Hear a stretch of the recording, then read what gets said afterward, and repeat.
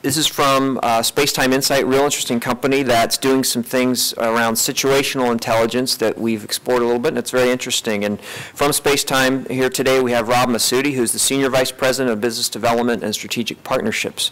So I will hand it off to Rob, and we'll get started. Thank you. Good morning. Thank you. I'm Rob Masudi, and I'm going to talk to you folks about probably some of the hottest topics in the industry today, which is geospatial visualization and big data. Seems to be the topic. And I think all the presenters before me spent quite a bit of time. My colleagues have done a great job of articulating what are some of the challenges associated with the big data and the value and importance of visual analytics, guided analytics, situational awareness. And now we're going to take it one notch further. We're going to talk about situational intelligence, which is really an emergence and evolution of situational awareness. So over the next 20 or so minutes, I'm going to talk to you about how we define it. And I don't think you'll find it any different than the way some of our colleagues defined it. And how, our perspective and view of what do you do with it and how you address it. So again, I think that's where we're going to find some differences in the views and opinions and the way that we look at how you approach the problem and solve the problem. That's the innovation that makes us all unique in this space. So let me just get this. There we go. So a little bit about our company.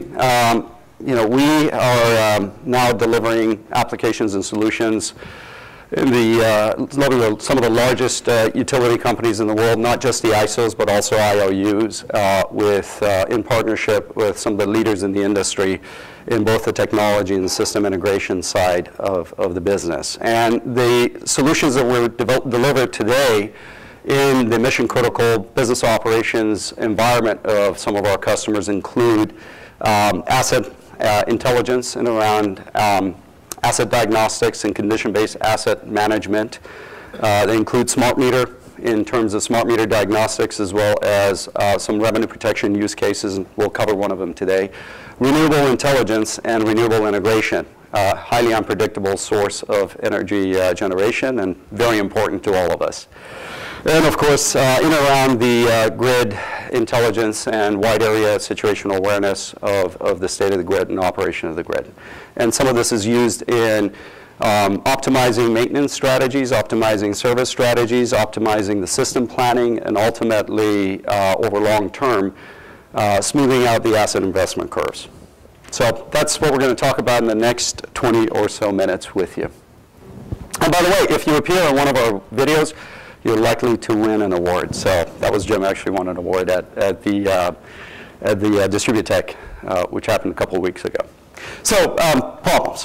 What are the problems? And I think again here you'll find that there is no diversion or a difference in opinion in terms of what is the problem we're all trying to solve with the next generation of analytics. Those problems are pretty much related to the vast amount of assets that we have, and the geographic disbursement of those assets, the geographic location of those assets. It's all about vast quantities of data, and it's not just real-time data, it's not just big data, it's complex data. And the fact that we have, in essence, in our industry today, a siloed approach to addressing and using this data, right? And the tools that we have today don't allow us to really bring it all together and look at it in a comprehensive 360 fashion. And then, to add to that complexity, we also have external events. And these external events like fire, earthquakes, storms, changing temperature, the weather, also man-made events like construction, some of the other things really have an impact ultimately on the demand and the supply side of the equation, which then, in effect, affect our assets, which then affect our ability to deliver services. So it's pretty simple. I think it's pretty straightforward. We all see the same problem in the industry. We're all grappling with the same thing. And as I said earlier, it's how we look at it and how we deal with it and what solutions we bring to bear to help solve these problems for our customers is where the differences are. So we view there are really three components to solving this problem. There are three key requirements. I think my colleagues talked about it a little bit earlier, right? First requirement is the federation of that data. Got to acquire the data. Got to bring it in. And the trick here is to do it without impacting or affecting or requiring a change in the fundamental infrastructure of your data and where your systems are. So being able to overlay on top of these systems, being able to extract the relevant data, federate that data, and really understand that data. The second problem with data is that not all data is the same, right? So we have business intelligence, right? We have business analytic tools, and that's generating a lot of business intelligence. We have ERP systems. We have CIS systems. So not all data is the same. We have operational intelligence, right? The EMSs, the DMSs, the OMSs, et cetera, and bringing in all that SCADA information. And that data is fundamentally different. Then we have sensor data. We have real-time data, machine data. And how you operate on that data is also very different than how you operate on business intelligence. And there are certain bits of knowledge and information we get out of one kind of data that we're not going to get out of the other kind of data. So bringing it all together and being able to combine the operational data and operational intelligence and business intelligence and business data, and we now say one more piece of data that's becoming even more relevant over years is structured or unstructured or social data. It's everything that's happening in the social space, right? The tweets, the webs, et cetera, et cetera.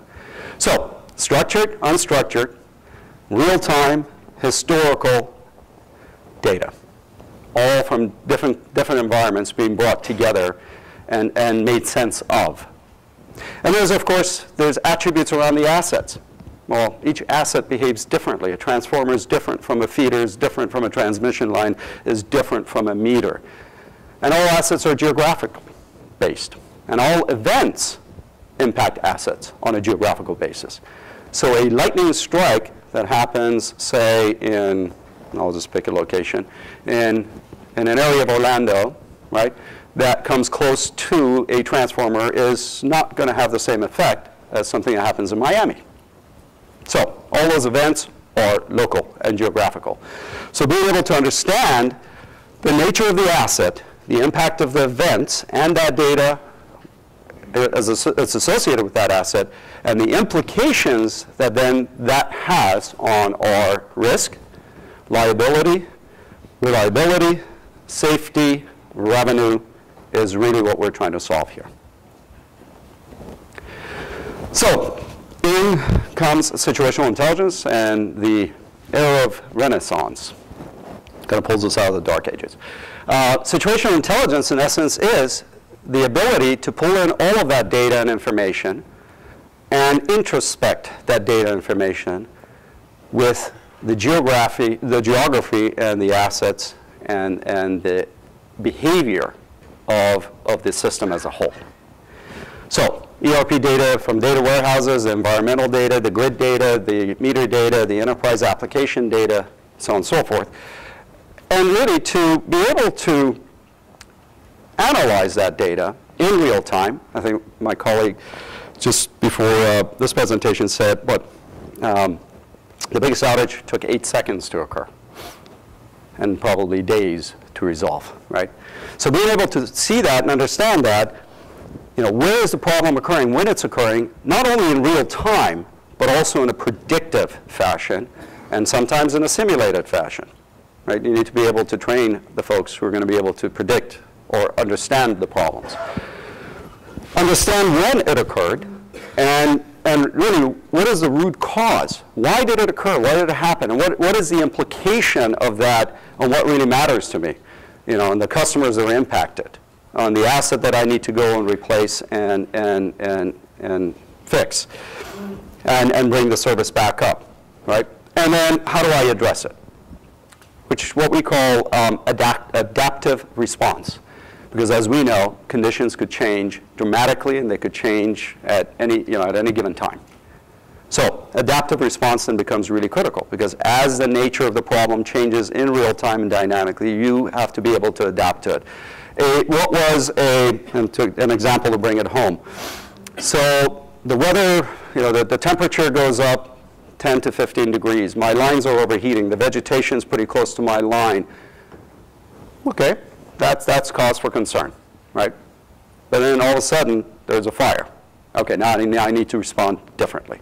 and to be able to detect that and deal with it in real time. That's really key. And of course, more and more increasingly, what we're going to see is the emergence of predictive analytics as an integrated part of this guided analytics. And the guided analytics is nothing more than being able to adapt your response through the analytics in real time and then impact the business processes or make changes in the business processes in the back office. That's really the optimization of the strategies around maintenance, service, system planning, system design, and so on and so forth. Okay, so an asset intelligence example. Understanding which assets are exhibiting signs of stress under load. Understanding the implications of that asset and its potential condition, you know, the maintenance that was performed on that asset, and its potential risk of failure in real time, right? Then being able to look at the history and understand, see the pattern of that asset failing under all of those conditions replicated. And then being able to understand and understand when that failure occurred, where that failure occurred, which then allows you to have a more accurate field service ticket and better ability to address that situation. Now, I also say that all of this inside intelligence also helps you build better rate cases, right? So what we used to assume were 50, 60, 70, 80, 9 years of life cycle for some of the more expensive assets.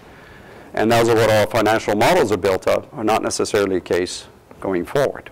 And we need to then have better use cases. And we have one customer who fundamentally is dealing with that problem today, right? The rate case only allows them a certain budget for asset maintenance replacement. Their need is 6x of that budget. So how do they deal with it? How do they solve that problem? Understand what assets are risk, understand the pattern of behavior and failures under different load conditions, be able to address that dynamically in real time, as well as have that intelligence feed back into their asset planning and asset investment planning. I'm going to share with you another use case, which is a smart meter use case, and it's always better when I don't talk. I'll let some professional talk. So could you roll that, please? Oh.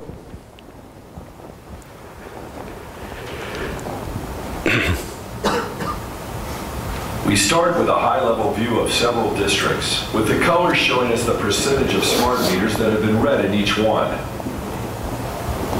We seem to have a problem in the district shown in red. Our assessment is supported by the data displayed in the bar chart shown at the bottom of the screen.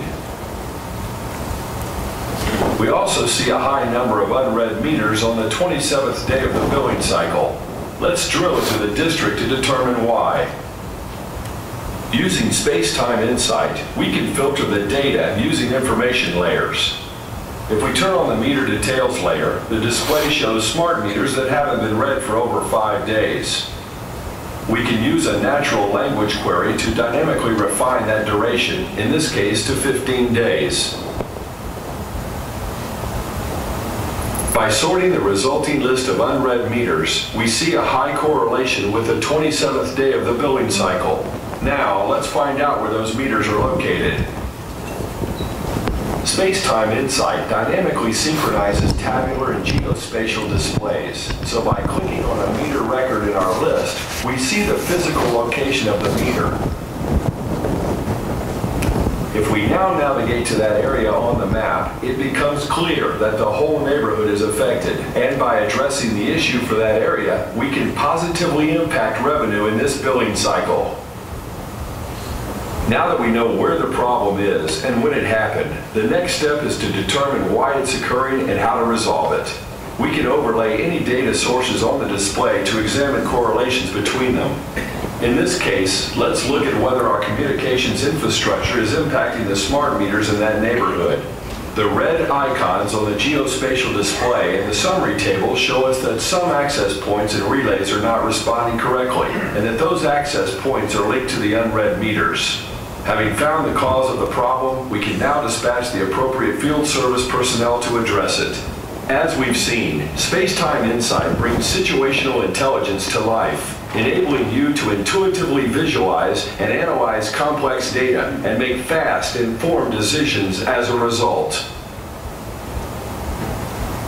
By the way, what you want to see is a lot of this actually happen automatically, right, and being processed in the background. And we need to allow the operators to be alerted to a condition or problem or, out of normal operating condition, but then also give them the tools to be able to do what we just showed here in a very rudimentary smart meter use case. But high impact, rudimentary but very high impact, right? Avoiding missed billing cycles actually could add up to quite a bit of money. So these applications that we've created in these 4 areas, 4 categories of smart meter, asset intelligence, grid intelligence, and renewable intelligence have a set of common characteristics. And these common characteristics, or the anatomy of these applications, are, first of all, around the data interfaces. So I think my colleague before had the list of 5 questions you need to ask. Those are absolutely spot on. What data do I need? What problem am I trying to solve? What data do I need? Where's the data source? Where's the data coming from? And what we've developed are pretty much out-of-the-box adapters for the most common data sources from the business systems, the operation systems, and events, weather, et cetera. So being able to bring that data in, also being able to bring in domain-specific models and knowledge in addition to what we built out. So the next piece of it is really the domain-specific knowledge on behavioral patterns. What are the behaviors that we're generally looking for? Ultimately, what objectives do they meet? What constraints do they meet? What KPIs are we tracking and measuring in doing so? And of course, how do we then visualize that and present all of that data, information, and analysis, the result of the analysis, to an operator in a digestible form or in an actionable form? So these are the common components of the anatomy of our applications and solutions. We clearly range between 8 to 10 weeks of implementation and just basically out of the box bring this to the table, having something operational running, again, depending on the data sources and availability of data and the modeling and all of that, right? 2, 6 to 9 months. So there's big variance in the implementation timeframes. But the idea is to, over time, to package as much of that domain knowledge, expertise, the analytic models, the visualization models, the data adapters, and deliver that to the customer so we can continue to accelerate the rapid deployment. And I think one of my colleagues earlier said, and I think it was our Microsoft colleague that said, the biggest challenge and issue is waiting to get the results from IT, right? So we need to continually accelerate that. And it's really important because we need to continually evolve. As we begin to see conditions, we need to have the ability to go in there and dynamically alter what we're seeing in the system and how the system behaves so that we can dynamically and continually evolve these use cases. So the benefit of situational intelligent applications. Faster time to value. We talked a little bit about that, and I could talk to you a lot more about that during breaks, et cetera. I'd be more than happy to do that. Reduce resource requirement. The time to implementation, the amount of deep resources, we all know resources are a big constraint. How many people does it really take to do this? This is really a key consideration. This is what situational intelligence does. Not only, we talked about the resources going to half, so we're constantly looking at that reduction of resources, but also the loss of that expertise over time, being able to capture that and maintain that organizational, institutional knowledge and continue to evolve and add to it. Lower dependence on IT in a good way. It's not really, eliminating IT. Actually, it allows IT to become much more relevant to the business in terms of the applications, solutions, and the value that the business is going to get out of that data and the time to value for that data. And of course, the higher quality and the standardization of the user interface, I think all my colleagues talked about it, a single view, dashboards that everybody in the organization can use and make it intuitive as possible, right? I would also add to this that it's just not about the higher quality and standardization of the user interface, but it's also about the standardization of the operating procedures. The greater the consistency in the action taking and the standardization of the operating procedures, A, the better our adherence to safety, regulatory, and other requirements, right? Business operation requirements, the less the business and operational risk that we deal with. So, as I mentioned earlier, we have developed a situational intelligence suite over the past several years that we've been working with some of the major IOUs and ISOs globally. And these have culminated, the anatomy of the application sort of culminated into a set of applications and application solution areas around smart meter intelligence, asset intelligence, grid intelligence, and renewable intelligence. And of course, we also have a highly intuitive, very easy to use development environment that allows our customers and partners to continually evolve these applications and solutions in real time. So continue to be able to add to it, evolve it, and enhance it, and customize it, adapt it to the needs of the business, the changing needs of the business. And that's really key. And of course, our core platform that provides all of the key capabilities, which is around visualization. I always have to go back and say, please don't think of us as just a visualization engine. Visualization is a commodity. Right? Putting maps on a putting dots on a map is a commodity. What's really important is not just the correlation, but also the analytics that are behind that visualization, the pre-processing, the analytics. It's not just about layering the data in there and putting the data layers in there, mapping it. It's about correlating, analyzing, and then representing the integration of those data layers into what the operator or the person working with the application sees. And of course, it's about real-time analytics moving towards predictive analytics. So that's really, the goal. The goalpost is now predictive analytics and working towards that. So in summary, situational intelligence, we talked about it. It is an evolution of situational awareness. And it's not just about operational intelligence. It is about a combination of operational intelligence and business intelligence. And it's about giving our folks a way to visualize all of that in a very intuitive way and take action on it, analyze and take action on it. It is about looking at the performance of all assets, not just individually, but in combination, right? Transformers are connected to transmission lines, are connected to points of distribution. It's about understanding that whole thing. Renewables are feeding that. It's about understanding that. It's about understanding dynamic and changes in load in real time and the effect and impact on that infrastructure. It's about understanding where the risks are occurring, but it's also about understanding where the normal operating conditions are. It's a good thing to know, right? That piece is working really well. That piece is a bottleneck. We need to address it. It's about visual analytics for big data, and not just big data in terms of size and volume, but also complexity and the real-time nature of the data. It is about looking and being able to act on critical situations in real time, and more importantly, over time in a predictive fashion. So with that, thank you. And any questions?